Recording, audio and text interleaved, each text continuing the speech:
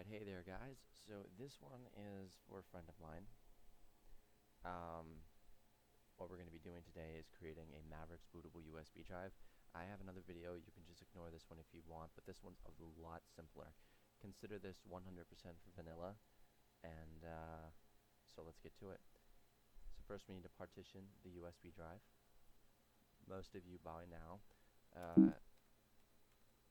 know how to do that and which program to use that. As you can see, it says disk utility right there. Hit partition, eject disk. 1 second.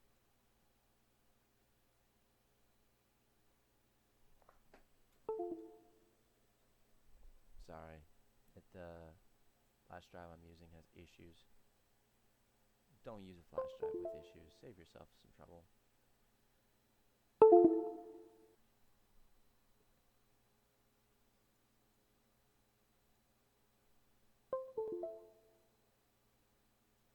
Let's bring it back in.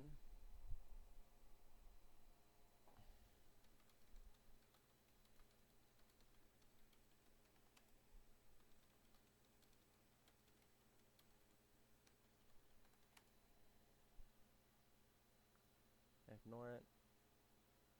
Partition it.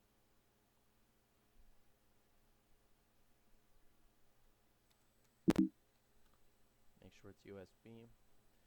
Alright, so this is for those of you who want to use Clover versus Charm. If you're going to use Charm, master boot record. If you're going to use Clover and you're booting UEFI, choose GPT.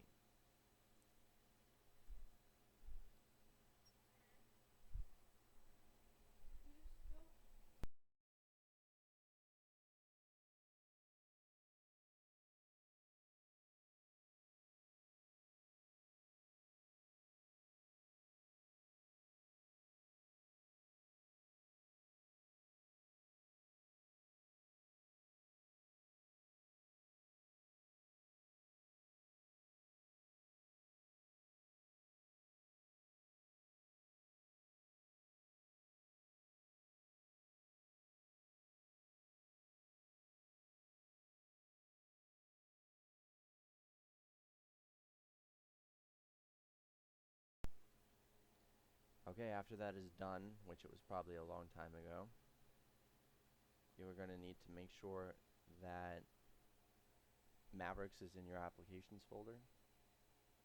Go to utilities, open up terminal.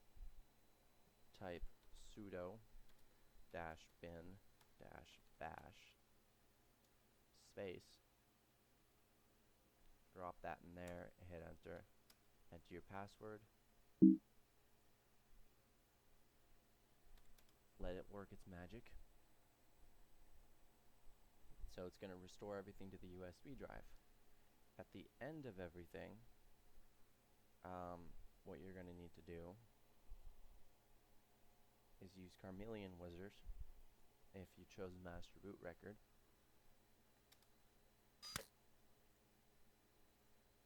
And install the bootloader.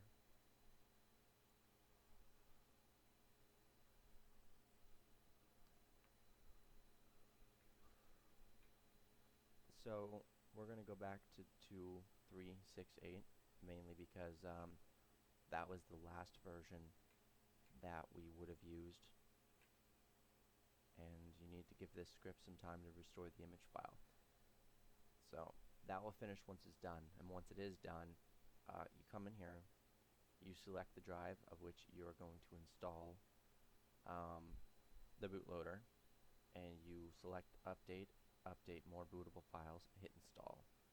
Select boot 0, hit install. If you have an AMD card, don't select this and hit install. If you don't, forget about it. You're all good to go. And that will install the bootloader. Next on your USB, make sure you have an extras folder. What you're going to be doing is mapping this according to your laptop or desktop, and you're going to be saving this in extras. So we're going to create a new folder just to simulate this action.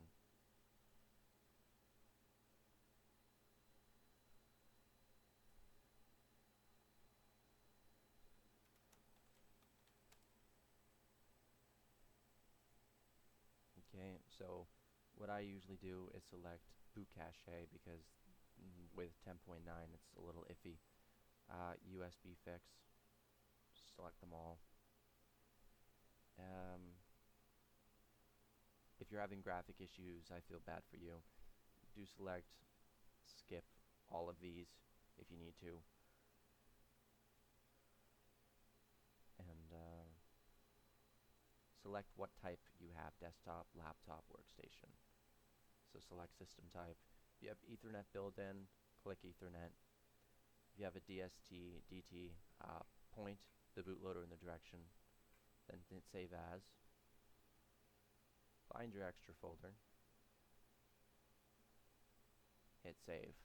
SM BIOS, edit according to your CPU. So if you have a laptop and you have Sandy Bridge or Ivy Bridge, you will choose this. If you have a desktop, you'll go choose Mac Pro 3.1. Modules that you'll want: resolution, themes. It's up to you. Choose your theme. And so we're going to save as extra. That's it. So that is built and ready to go. So do that according to what I just said. Install the bootloader after the USB is done. Make your boot plist. Create your SM BIOS and save all of it in the extra folders. And install this module. And that's it. And if you have any problems with the boot, go to insanelymac.com forum section. Do not go to Tony Mac. They're a bit stuck up there. I do not suggest anything from there. And if you do this correctly, you will have a working bootable Hackintosh. So thank you guys for watching, and remember, like, subscribe, and share the page, and good luck, Adam. Hopefully you won't need luck and it will just work.